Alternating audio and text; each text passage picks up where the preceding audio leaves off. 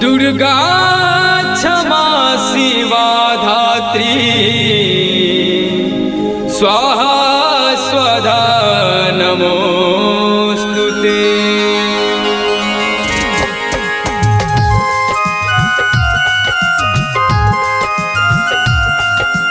अखन अहाँ सब सुनि रहल छी अनु रिकॉर्डिंग स्टूडियो के भक्तिमय प्रस्तुति।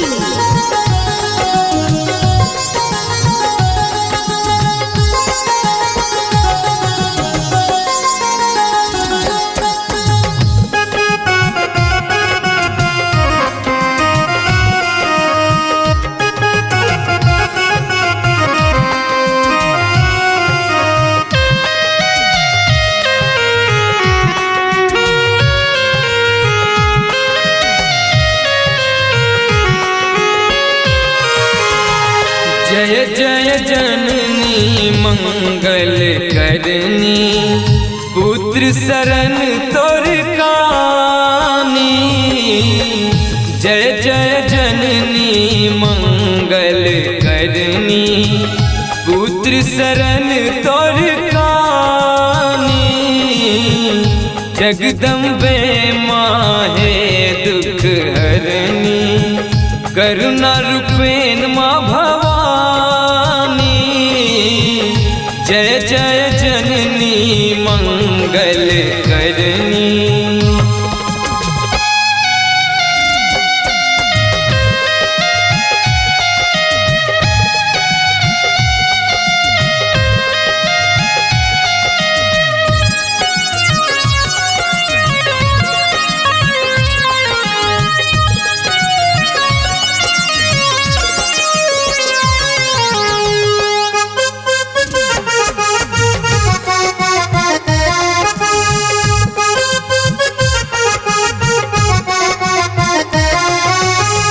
नित्य उठ पूजन पाठ करहूँ तोहे।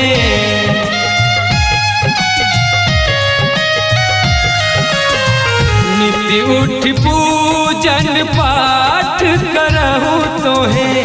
दास चरण लेहूँ मानी। दृष्टि नेत्र मोहे पर फेरहूँ। दृष्टि नेत्र मोहे पर फेरहूँ। मातृरूपेण भवानी।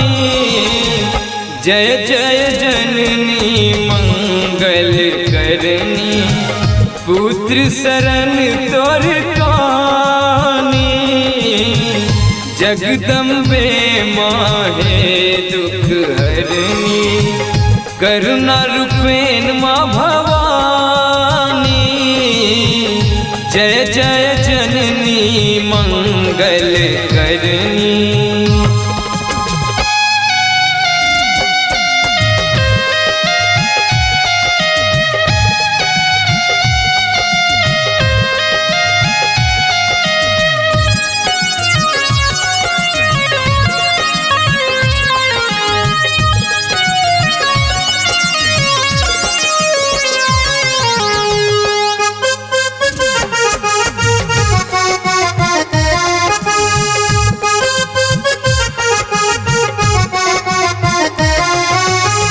दस भुज माथे मुकुट सुशोभित।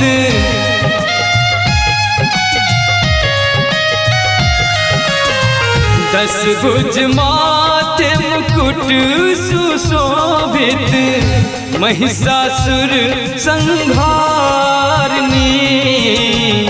अपन ज्योत पुत्र पर फेरहूँ। अपन ज्योत आनंद पर फेरहूँ। जगत ज्योत कल्याणी। जय जय जननी मंगल करनी पुत्र शरण तोर कानी। जगदम्बे माहे दुख हरनी करुणा रूपेण माँ भवानी। जय जय जननी मंगल